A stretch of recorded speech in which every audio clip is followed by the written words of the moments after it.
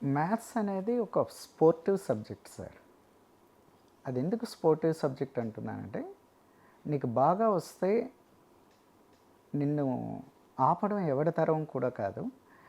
అది నీకెప్పుడైతే రాదు అని నువ్వు అనుకుంటావో, అక్కడి నుంచి నీ తాలూకా ఎబిలిటీస్‌లో నీకుండే ఎబిలిటీస్ కూడా నువ్వు డిస్కరేజ్ చేసుకుంటూ వెళ్తూ ఉంటావు లైఫ్‌లో. మ్యాథ్స్ వచ్చినవాడు అది ఎక్కడ పనికొస్తుందంటే, వాడికి లైఫ్‌లో ప్రతి క్షణము పనికొచ్చే సబ్జెక్ట్ ఏదైనా ఉంది అంటేనే maths. Irrespective of your professional life.